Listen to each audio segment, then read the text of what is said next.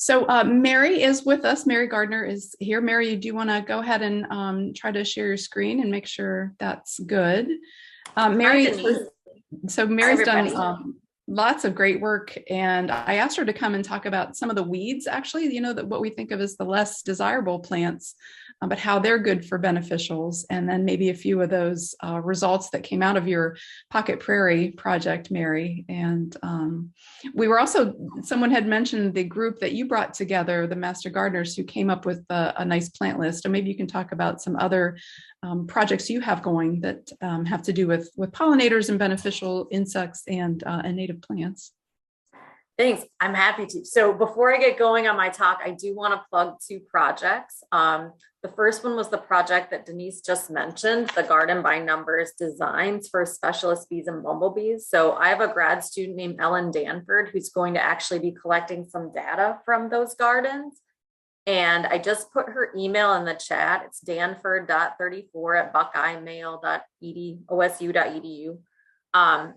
Ellen is looking for schools across Franklin County who maybe had a school garden, so they have a tilled area, but maybe it's kind of gone into not being used, but the school might want to install a pollinator garden. Basically, we're looking for patches that have been gardens at schools where we might be able to work with the school to install one of these 6x10 pollinator gardens. So if you know of a school or teacher or principal that might be interested, or another community center with a similar plot, like a library, a firehouse, a community center, senior living center, things like this, please email Ellen and just say you were at my program. Don't send it to me because it will get lost in a sea of email, but send it to her and we will keep track of your email. We will also be looking for help installing these gardens in the spring, so slash early summer. So if you know of anybody that might be interested in getting some hours, we can count this for Franklin County garden hours.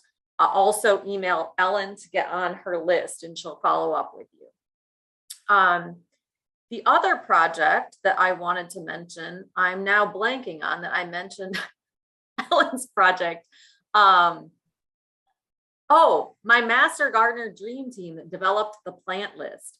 So right now we are waiting to hear on the outcome of an NSF grant that plant list was a part of. If that grant is funded, we will be installing similar gardens in the front yards of households in East Cleveland and Cleveland Heights neighborhoods, also this summer. So I'm excited, or I'm sorry, not this summer, next summer, but we will be scouting the locations this summer. So I want to thank all those gardeners and just let them know to hang on, and that I'll be reaching out about the outcome of that probably in April or May. So more to come on that. All right, so let's attempt to share my screen and get going with this PowerPoint.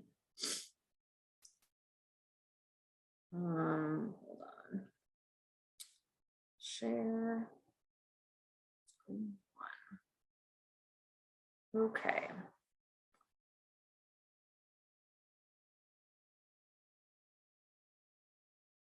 All right. Can somebody tell me, are you seeing the full screen or the screen with the notes? Yep, full screen looks good. All right, cool. All right, so as Denise mentioned, today we're going to be talking about the importance of weeds, and I am going to put this within a context of my vacant lot study. And I'm also going to be telling you about some of the native plants we included in that study, because Denise mentioned that would also be of interest to this group. So sort of a mixed bag in this presentation of content. So as many of you know, Ohio has around 450, or some people would estimate 500 bee species, and about 20% of those live in our urban residential environments. So there's quite a bit of bee diversity that we can all find in our own backyards. And some of these urban environments are really changing rapidly, or have changed rapidly over recent decades. So across the world, there are about 450 cities that have lost a substantial proportion of their population. And we have several of these shrinking cities in Ohio, including Cleveland, Cincinnati, Dayton, and Toledo and Youngstown, where the population today is less than the peak population. And for instance, in Cleveland, it was once the 5th largest city, and it's lost about 50% of its population. And much of this population loss occurs in low-income areas. For instance, in Cleveland, about 36% of families live below the U.S. poverty line of $23,000 a year for a family of 4. As these homes are either foreclosed or abandoned, they are often unable to be resold by the banks that hold their loans. So they are eventually torn down. And when they are torn down, they create vacant lots. And vacant lots are a form of novel green space that's re-added into a once densely built urban green space or urban environment. So here in this map, you see the outline of the city of Cleveland in gray. And the green spaces are metro parks and city parks. But surrounding those are all of these red areas that are vacant lots. And so when we think about this from the context of habitat for bees, there's a substantial shift in the amount of habitat available. And so when we see what happens on the ground, we have a lot of standing foreclosures like these that are eventually torn down. And the teardown process is highly disruptive to the soil environment. And then what grows on these vacant lots is a mixture of fescue grasses, which are planted by the city, and a really rich diversity of plants, which if you don't think about it in terms of good plant, bad plant, and just look at it in terms of habitat, is a rich collection of flowering species. And the city comes through and mows these habitats about once a month. So a big question that I've been working on for the past several years is, are these weedy vacant lots valuable bee habitat? And can they provide bees with the needs that they have, while we also respect the needs of the communities that live surrounding these sites? And that's where the real challenge lies. Can we create bee habitat that's also suitable for an urban space where people live? And I think that was some of the conversation you all were having when I jumped on, which was really a great segue and something we can talk about after. So over the past 7 years, or for 7 years, it's been a couple years since we did this now, I managed a huge project called the Cleveland Pocket Prairie Project. It was a citywide experiment. We had a total of 40 vacant lots that we managed, and we assigned them to a lot of different habitat treatments. And these included a control site. And this is sites like the picture I showed you, a weedy habitat that was mown monthly, and that's what the city of Cleveland does. We also had a meadow habitat that we mowed annually. So we allowed the vegetation to grow all season. Then we mowed it in October. We also had 2 treatments where we took out the existing vegetation and replaced it with something that was recommended for bee habitat. One was a flowering lawn that included turf grasses and low growing forbs. And the second was a pocket prairie. And this was a seeded prairie of native wildflowers. So what do these treatments look like? Well, here we have our control vacant lot with monthly mowing. This is our meadow mown annually, and that's towards the end of the season. Here's our flowering lawn. You can see it's much shorter and has flowers in it. And this is our pocket prairie, which is very tall and has native wildflowers. So I wanted to give a little information about how we establish the wildflower habitats, because I think this might be interesting to the group. So both the flowering lawn and prairie sites were planted by a professional company, Ohio Prairie Nursery. And in order to do this, we had, in addition to the sites I'm mentioning here, we had many more prairie sites. I actually had a total of 64 sites across multiple projects that needed to be planted. And so some of the techniques like solarization or hand pulling of the vegetation were not going to work in this case. So what Ohio Prairie Nursery did was they herbicided the site 3 times. And the goal there was to try to reduce some of the weed pressure before we seeded these habitats. We then lightly tilled the sites, incorporated compost and micronutrients, and we broadcast seeded both treatments in 2014. We then mowed the flowering lawn monthly throughout the study. It was supposed to be a no-mow habitat, but we quickly realized if we did not mow it, that weeds would take over the site. The pocket prairies were mown monthly in the first year to help with plant establishment, reduce weed seed bank, and then after that, we cut them in the fall. So this is what the site looked like in 2014, right after we seeded the vegetation.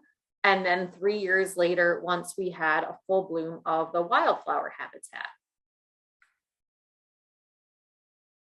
So one thing that we quickly learned is when you're growing plants in a inner city area, which has unfortunately heavy metal contamination and high levels of soil compaction, not everything on the package seed mix is actually going to establish. And this is true in many kinds of spaces, but I think we had a pretty big challenge with our soil conditions. So when we planted the flowering lawn seed mix, this was called a floor to lawn seed mix. It's a commercially available product that we purchased. These were all of the types of species that were supposed to be in the seed mix. So perennial ryegrass and hard fescue and sheep fescue, along with several non-native low-growing forbs like yarrow, white clover, English daisy, alyssum, baby blue eyes, and strawberry clover. Well, early on, it did grow, and we saw bloom the first season of many of these plants in many of the replicate sites. And you can see some of them here. So here in this top picture, we have some yarrow and some clover, and we have some of the daisy and baby blue eyes here. But what happened over time was a rapid succession to a dominant clover lawn.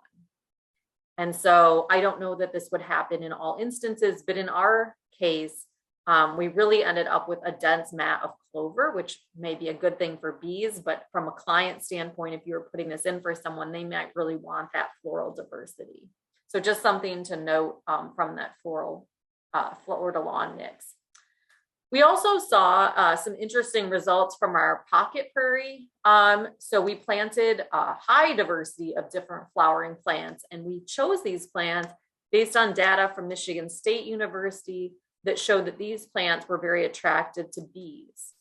And we picked also plants that bloomed throughout the summer. So we wanted early spring bloomers. So the first thing to bloom in our lots bloomed in April, and it bloomed well through October until it got really cold in Cleveland. So that was one of our goals. So golden Alexanders was one of our first plants to bloom, and goldenrod and New England aster were some of our last plants to bloom. But not all of those plants bloomed or grew in all locations. So of all the plants we planted, seeds we planted, these are species that actually established, and the ones in bold were really well established in all sites. So things like cup plant, foxglove beard tongue, gray-headed coneflower, golden Alexander, lance-leaf coreopsis, New England aster, Ohio spiderwort, and bee balm or wild bergamot were really great plants for urban, contaminated, compacted soil environments. Now, what was interesting about this is, of course, we're not going in and burning these prairies, right? Because it's a densely populated place. And so in addition to these plants, we also had a number of weeds, which were perfectly happy to grow within our prairie sites. So here are some pictures of the different plants that we had success with throughout this season. Really beautiful, lots of different colors and shapes of flowers. But this is what it looked like as a collective. So you had purposely planted species like the coneflower and bee balm. And then you also had things like chicory and Queen Anne's lace in the same plots, and red clover underneath. So we wanted to know then, does going through this process of planting these specific bee habitats increase the value of vacant lots for bees over the weedy habitat that was there in the first place? This is an important question from a city planning standpoint. It's also an important question for conservation orgs that might want to manage a site on their own property for pollinators. And so to do this, we used a couple different methods. We observed bees on flowers, and we also put out pan traps where the bees land in the pans. We collect, pin, and identify them. So I'm going to go through several questions that we had and give you the result and the takeaway for the question. So our first question was, does mowing frequency affect bees? So recall that we had a control site, which the city manages with monthly mowing, and a meadow that we will let grow through the year. And if you talk to a lot of conservation folks, they would predict, and I predicted, that a meadow habitat with less disturbance would be better habitat for insects like bees, because the mowing would not be killing the insects, and it would also not be removing their habitat, their floral habitat. So we compared these and we predicted that the control lot would be have more bee abundance and more species of bees. But in typical Gardiner results, I found the opposite pattern than my prediction. So I actually found that the control lots supported a higher bee richness than the meadow.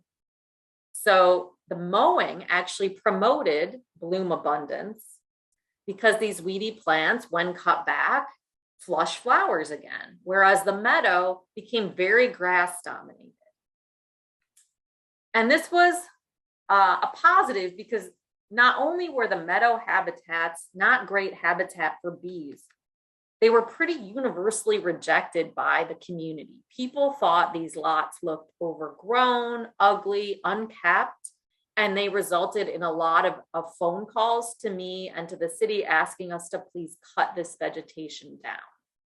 And so these meadow habitats were not a great solution for bee habitat, even if they would have worked for bees, because they were not acceptable to the community.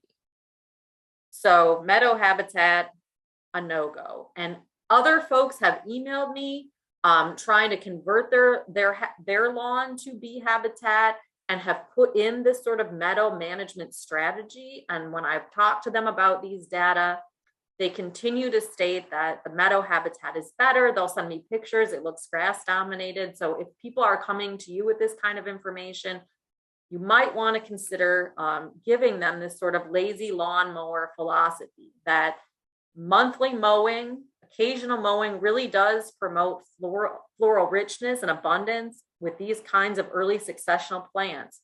But does that mean we should just be mowing more and more and more and get this? Well, of course not, because that would also be really bad for bees. So there is a happy medium between not mowing at all a weedy habitat and mowing it continuously, where you can generate the most floral habitat for bees. So our conservation takeaway here is a lazy lawnmower approach of monthly mowing in vacant lots promotes blooms and bees. The next thing we wanted to see is, okay, well, the control lot is outperforming the meadow, but what about those habitats that we planted that took all that time and effort to establish? So here our hypothesis was that the flowering lawn and pocket prairie that were specifically designed to support pollinators would have a higher bee richness and abundance than the control. We found actually that all of these habitats were really great bee habitat. And it wasn't the type of flowers that we had, but the abundance of them and the number over time that really made a difference. So here we have the bloom abundance across all of these treatments. And the more flowers you had, whether they were weeds or native plants or flowers that we planted in the flowering lawn, it was really the number of flowers that led to a higher bee richness. And richness is just the number of species. So we had more species of bees visiting a site when there were more flowers, but it didn't so much matter to our urban bees if those flowers were native wildflowers or weedy plants. So the conservation takeaway here is it's the number of flowers, not the type, that matter to urban bees. Now, is this a disappointment? Because, of course, on this call, we all love native plants. I don't think it is. I think that this just demonstrates that there are places within a city for all sorts of different bee conservation. There are places that a native prairie planting might be extremely good idea. There might be a community group in place willing to maintain said prairie, to put in fencing and signs and maintain a border around it and do educational programs there. And that site could be a great resource for bees. But there are many other places where we just don't have the time and resources to install, maintain, and educate surrounding a prairie planting. And what these data show is these low-cost urban lots managed with just monthly mowing are also important habitat. So I think that really shows that there is just a range of conservation strategies that we might be minimizing that should be part of a larger program to manage bees in cities. Now, we also wanted to know, well, are there specific weeds within this grouping of plants that are most important for our bees? So to do this, we take these vacuums, handheld vacuums, and we modify them to put a little canister on the front. And we take cell phones and set timers, and we observe each flowering plant that's in a vacant lot for a set period of time, and we collect everything that lands on it. And from that, we can develop food webs of plants visited and numbers of bees that visited those plants. And you do this obviously during good foraging conditions when it's nice and sunny out. So what you end up with is a relationship model between the types of bees that were foraging and what plants they visited. So I'm going to show you these food webs for 2 time periods. One was developed for early summer, which in our sampling was June, and one was for late summer, which was late July, early August. So the first thing to note is across all of our 40 lots, we collected 1,700 pollinators, and those pollinators visited 76 different species of plants. And those were both plants we planted and plants that grew naturally within the vacant lots. So the first thing to note is the majority of urban bees are generalists. They feed from many types of plants. Now, what kinds of weeds did they visit? Well, early season, they visited several weeds that I'm sure from these pictures everyone is recognizing. But first, I want to explain what in the world this is. So this is a food web model. And on this side, we have different bees. And each type of bee family or group, I think these are actually genera, each genus is a different color code. And the width of the bar is telling you how many times I collected that bee from any plant. So in other words, we collected more honeybees than we did leafcutter bees. And I labeled some of the more common groups. So we collected a lot of sweat bees, honeybees, bumblebees, and leafcutter bees. These are the Megachilidae, Bombus, Apis, and Agapositae bees. So these lines tell you what they fed upon. So the Agapositae fed almost solely on chicory. And quite a few other bees also fed on chicory, such as the leafcutter bees. So these connections are showing you where the bees foraged. And here we have plants that we observed. So what were they visiting? They were visiting chicory. They were visiting everlasting pea. Narrow leaf plantain was a shockingly popular bee plant. How many times have you suggested to someone to manage for early season habitat using narrow leaf plantain, right? Also, this is not a shocker, the clovers, right? A lot of bee species love clovers, particularly the honeybees and bumblebees. So they were visiting white clover and red clover. And then when we look at late summer, we see a little bit of a shift. First of all, you can see we saw a lot of different bee species using the weeds. So remember, each of these boxes is a different group. And I, again, have labeled some of the more common ones. So Agapositae or green sweat bees, honeybees, bumblebees. And then this is Lasioglossum or the brownish sweat bees, small bees that you might see. So these guys were visiting plants like bird's foot trefoil late in the summer. They continued to visit chicory and red clover. Queen Anne's lace became important. And I want to also point out this other box. There became a high diversity of weeds in late summer, many of which were visited that are all encompassed here. So what do we take away from this? Well, really, it's not one plant that's bringing these bees into vacant lots. Throughout the summer, they're visiting many weed species. These are some of the common weed species I have on my slide, but there are even more. And this might be something that we want to develop into a promotional fact sheet or material that you all could then use with groups to illustrate the value of weeds. And maybe that's something we can talk about. And finally, we wanted to also see, well, when we're managing for bees, does it matter how much of this weedy habitat there is? Like, are just as many bees found when there's a single patch of vacant habitat? Or do you need multiple habitats all connected together of weeds to make a difference for bees? So to do this, you have to get land cover data from the city, which we did. And that land cover data is coded into different kinds of habitats. So the green habitat are people's yards, people's trees, municipal trees, and parks and other green areas. The gray habitat are roads and parking lots, and the red habitat is buildings. So from this, we were able to compare our vacant lots in habitats that were pretty connected, like this one. So here, there's a lot of green space that's pretty connected to our lot.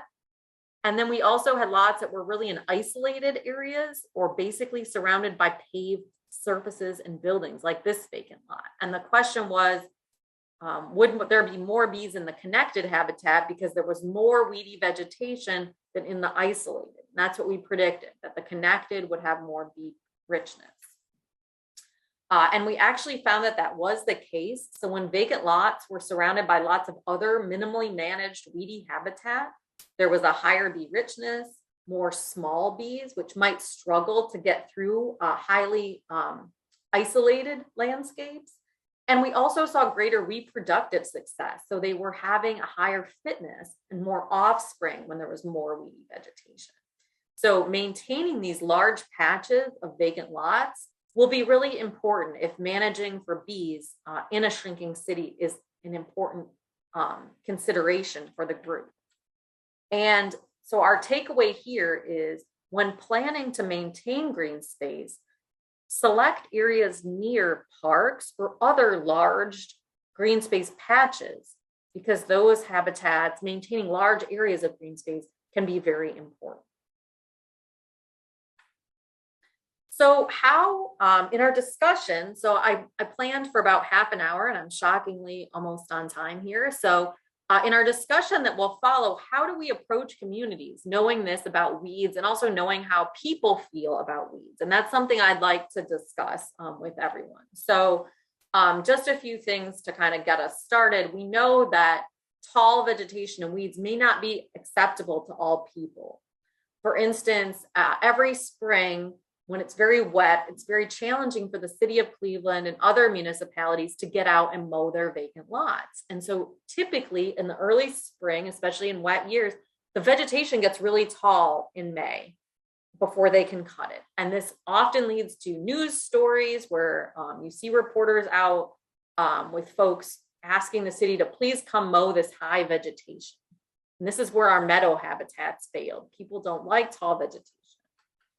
People might not also be that excited about managing for bees. You're also going to have a group of people that might be fearful of bees, they might be allergic to bees, or they might consider bees to be associated with other kinds of wildlife like rodents or raccoons that they do not want near their house. So how do we do this? Well, the first thing to recognize is that everyone's opinion matters for the long-term success of any project. Too many times, someone has come to me and said that they're doing a conservation project, but some of the neighbors don't understand it, and those neighbors should just learn to deal with it because what they're doing is important for bees. And that is the wrong way to build community and to foster a habitat that's going to exist long term, because those people, if they're complaining about it, are probably not going to just accept your habitat. They're going to want to see changes. And they're going to rise their concerns up the ladder if there is some sort of laws about vegetation height or habitats being kept a certain way. You'll probably hear from someone from your city if that's the situation. So from what I've presented, you can see that there's a lot of ways that we can help bees. We can use weedy vegetation, we can use flowering lawns, we can use native plants. And so we need to think about all of these options with our budget and our time and our community to figure out where are there win-win scenarios where we can create something that helps bees, that we can economically and time-wise maintain, and it can really also support human well-being. Everyone can experience this habitat and take positive things away from it. So to do this, the best way, in my experience, has been to build a team from the outset. So you want to include people in this team, like a diversity of different neighbors, people in the city and community leaders, land use planners, conservation experts, from the beginning to establish the site. You don't want to establish and then ask for acceptance. And finally, it's extremely important to consider a long-term plan. So many of us get grants to establish projects, and that's awesome. But those grants have a timeline, right? They have an end date. And so if we want to help pollinators long-term, the project needs to be self-sustaining. It needs to either be low cost, or it needs to be something where there's a funding plan, a long-term plan in place to maintain it, because you're going to need money to respond to things like complaints, cleanup, issues with invasive species, fence repairs, whatever that is throughout the years. So I really look forward to talking with you all about this. I hope my slides were kind of a good starting off point for our discussion. I want to acknowledge all my great students who all study bees and all do projects in people's yards and vacant lots around the city. And Lydia, in addition to that, also studies mosquitoes and kind of that balance between managing insects we don't want and not harming insects we do want. And I also want to thank all of the partners on the project and my funding and the folks that worked with us in the city, and all of you for listening, and my email. All right, welcome back, everybody. We'll give rooms just another minute to get everybody back in our big room. Hopefully you had a good discussion. Many of the people in my room have had success because they mowed around their tall patch and made it look purposeful, so it was accepted. Super. Yeah, so if you want to put some ideas into the chat, that would be great. Some things that were shared in your breakout session. And then we can go ahead and if you want to take turns unmuting. Mary, if you want to share some things that you were hearing in your room.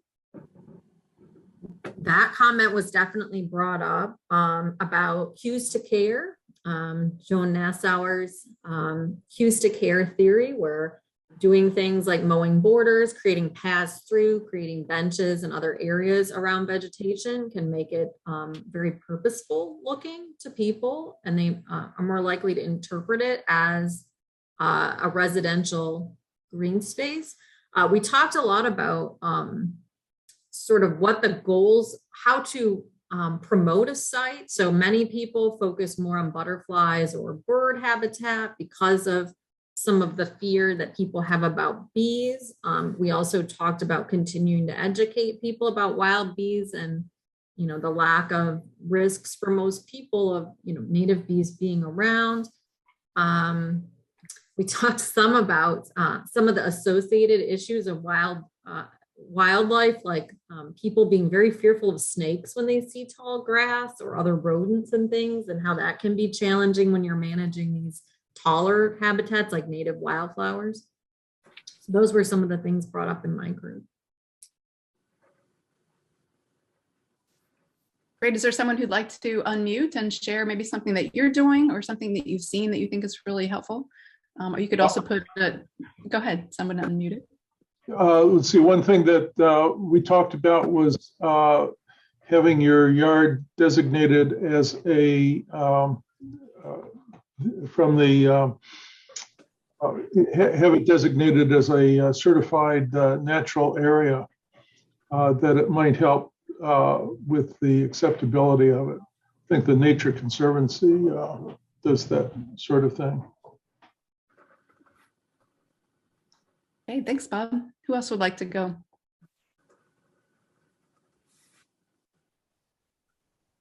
We've shared before about those real estate signs or those real estate boxes. Go ahead, Jane, were you going to share? Yeah, this is the first time I had this idea.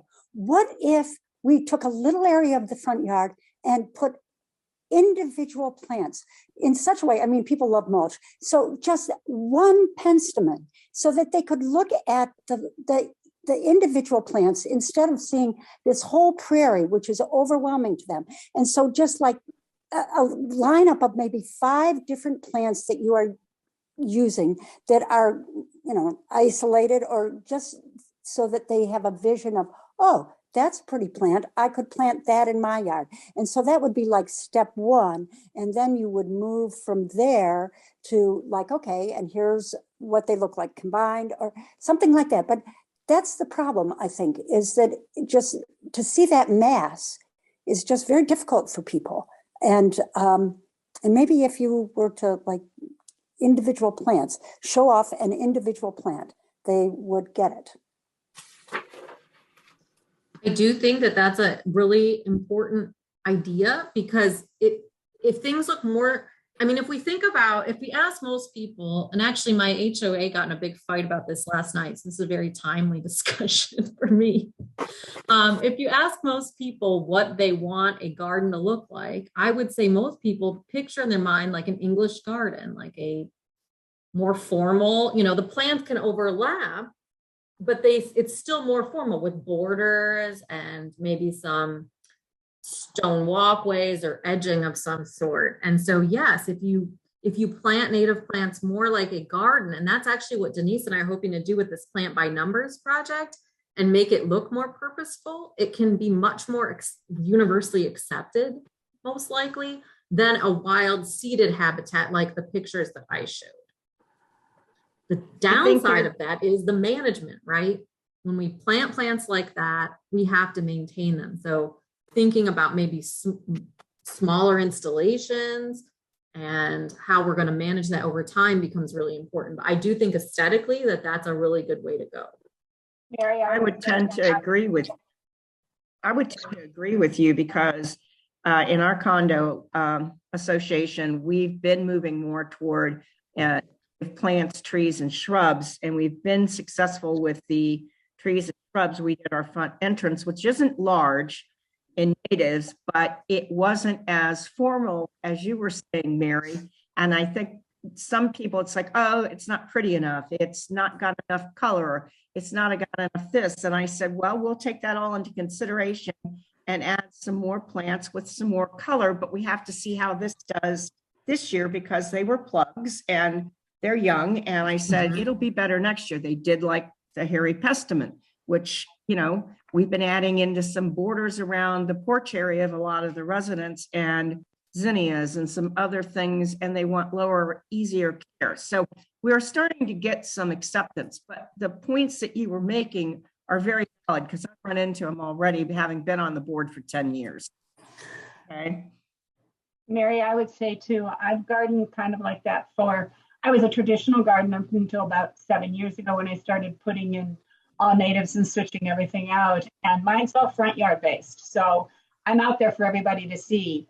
And I have found that I do my whole yard in sections. So instead of one large thing, I have grass ribboning through all of it, and pathways. And I've put the pathways in stone and various things. I have seating areas throughout. And so it does look purposeful. And then I have the plants ringing. I have a fence. So I have the plants ringing outside the fence and inside the fence. And I'm finding that I have never had any negative comments. And I live in an area that people really don't garden like this. But they're all very intrigued as they walk by and talk to me about it. They ask for plants and they ask for seeds. And I think part of it is because it does look purposeful. It looks like I'm really attempting to have all these different garden rooms, basically. So it is a little Englishy garden looking, but it does take a lot more maintenance. I will say that. Well, I bet in a group like this, you all are excellent gardeners with years of experience. So when you put stuff in, you know how to layer, you know how to manage. And I think it would be an amazing resource. And this is something Denise and I might want to think about, to put together a book, or I'm thinking long-term, like how cool, like a book of Ohio native plant yard designs with not the photo of your yard and then a description of how to do it. And it could be simple things, and it could also be more elaborate, like Marcia's describing. Because in my yard, I'm an entomologist. I am a very haphazard gardener. I just put it out there and stuff is just doing its thing. And I think it looks cool, but frankly, it's a big old mess. And I would love to have someone come in and show me what to do to fix my mess, because thank goodness there's a fence around it. That's all I can say. And the fence is tall. So the only person that sees it is me and the bees, and we're cool with it, but no one else would be cool with it. But you all have the expertise to do this right and to make it beautiful and habitat. And that's really what we want to show, I think, to people like me that are starting out or maybe don't have the knowledge of gardening, but they want to do the habitat, but they just don't know what they're doing. And, I would very much want to work with folks to do something like that. I think it would be a really awesome resource. So Mary, what do you think of some of the native plant garden tours that I've heard about? Like I guess in Cincinnati, Joanne Allen, one of our class members, works with that project. And maybe others of you have done some native plant tours. What if we did some virtual tours where you just went around with your phone and gave a 10-minute little clip of this is what I've done and why? That would be a great way to share without having the whole organization of how do you get all these people in. I think that's a really good idea. And if we organize that, I could also go out and get some pictures from the person, and maybe we could start cataloging those towards like a longer term project. But I think it would be great to have these little snippets that people could watch. We did that. I have a rain gardener. They did a rain garden video at my yard and posted it. And then I have a natural habitat for birds. So as a master gardener, they did a video of my yard for all the bird habitats and butterflies. And then we've done things at community centers. We've done virtuals, especially since everyone's locked down. The Zoom virtual meetings have been very popular to our program. And another thing I'm doing is putting up a little library, a free little library with all the garden books and all the little things I've gotten from Master Gardener and Rain Gardening and Butter, all the stuff. And I even put 2 little shelves, one for seeds and one for little seedlings that I'm going to set out for free. So I'm really excited to see if that gets any help spread the word. And I even bought some children's books to get the children engaged. That is awesome. That's what I move next door? That's what I found was helpful. I was going to ask him. Created a free little library on the street where all the ladies walk their dogs, and so we created a little pocket prairie so that on their way to the library they go through all of those native plants, and it's been quite successful being able to share seeds and plants or produce as well as the library books through there. And I found the children are much more open to things, and if they have the information and the education, they tend to take it to their parents, and their parents often will then end up listening to their kids, which sometimes is a lot easier than going through the adults, I found. So that's been a lot of fun. That's what I'm going to ask about, because I live on a block with 2 schools, and the children are always walking by. So could somebody share the resources for children that they put out? Because I'd love to put that out on my block too, since I have so many students walk by my house every day. There were a couple things in last week's meeting for children. Oh, thank you.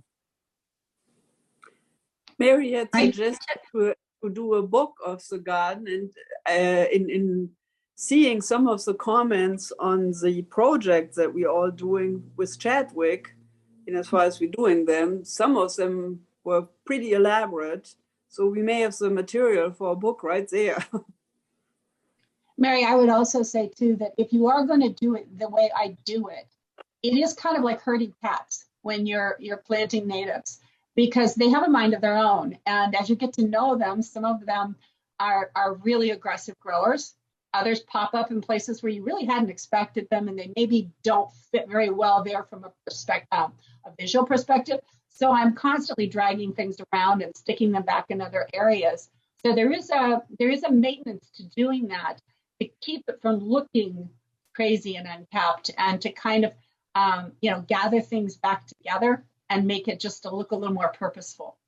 Well, I think just knowing that you move stuff would be helpful to people, because I always feel bad when I move things because it feels like I made a mistake. And I bet you a lot of people feel that way. Like, oh, I'm digging this thing up again. I screwed up again. Always even my plants fields, so that I can just drag them around. I have done that forever with small trees and bushes until it gets too big for me to drag. It's going to get moved in my yard. And I think that's what makes it fun and entertaining for me. But also, I'm constantly recreating the darn yard. You know, it always looks different every year. Marsha, I like what you said, though, about making it look a little more formal. And I think that is part of our issue. And I wanted to thank you personally again, that I thought that idea was very helpful. It already gave me ideas popping in my head how I can go out there this spring and start to change some things around. So thank you again. We talked about that before the class started and in our breakout session about just making it as you would any other flower garden. And any other flowers that you might buy have the same problem. They seed themselves everywhere.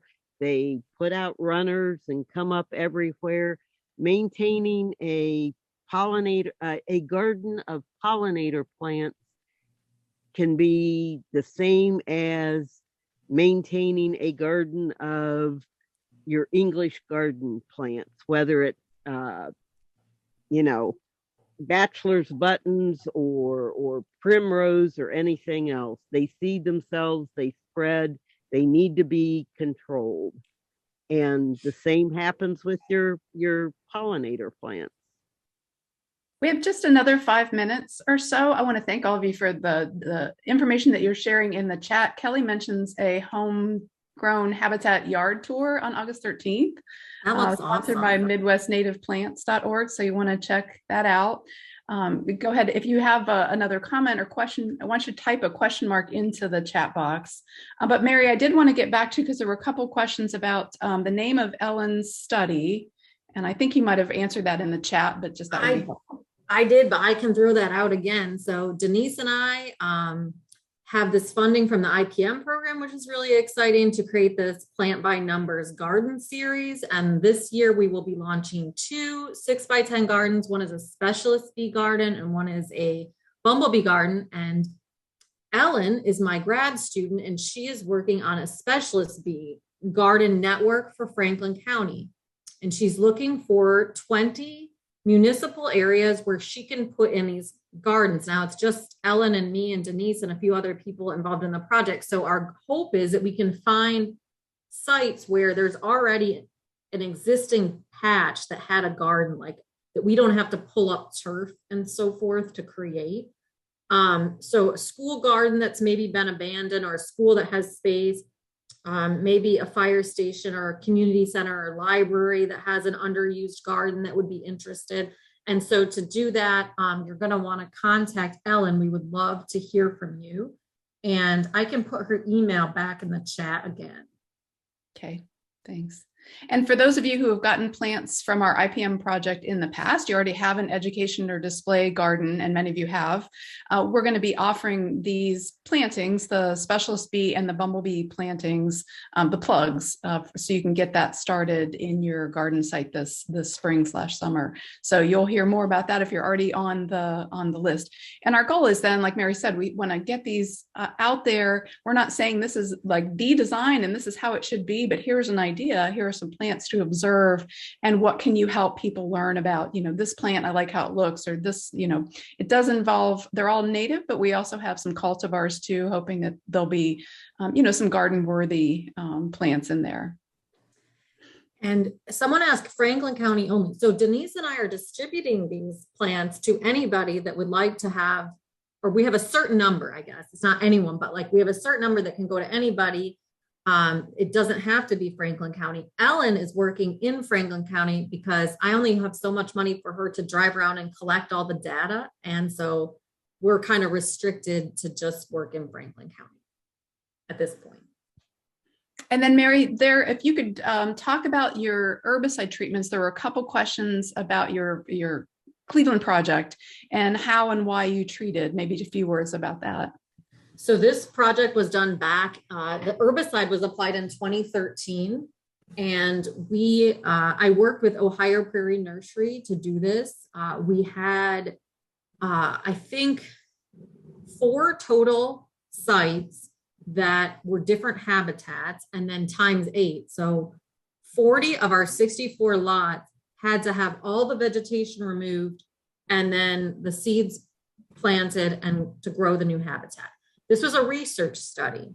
And so what we needed across all of our sites was consistent establishment, and we needed to be able to sample the plants that we planted and tell folks like you years later what happened with these habitats.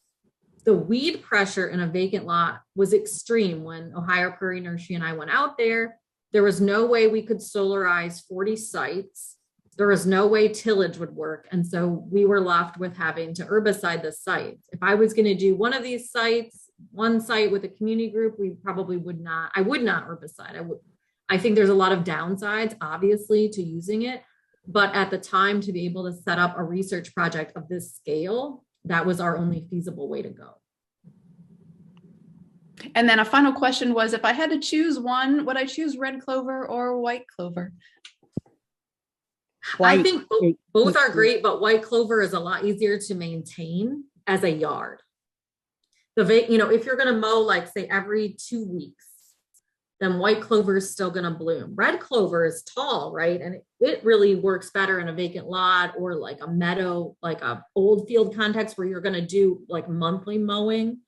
But it is a great bee plant if you have that sort of maybe edge habitat, or maybe you maintain a hillside or something that's more of an old field habitat. It's a great plant, but it doesn't work as good in a yard setting. Okay. Great. So we're right at the top of the hour. So Mary, I want to thank you for spending time with us, talking about your research and some great ideas for how we can get some of these projects going in our own communities, and to everyone on the call for your great ideas and input. And I'll be sharing the chat. So if you need to go back in and find some of those links, I'll share that online. And thanks again, Mary. Thanks, everybody. Thanks, you guys. I wish I could stay here and talk all day instead of doing the stuff I've got to do. Administrative papers. Me too. Please do send me. I want to see you guys' pictures. And thanks for the garden tour suggestions. I'm super excited. Thanks for your time. Thanks to me. Thank you. Thanks, Mary. Bye, everybody. Bye, everybody.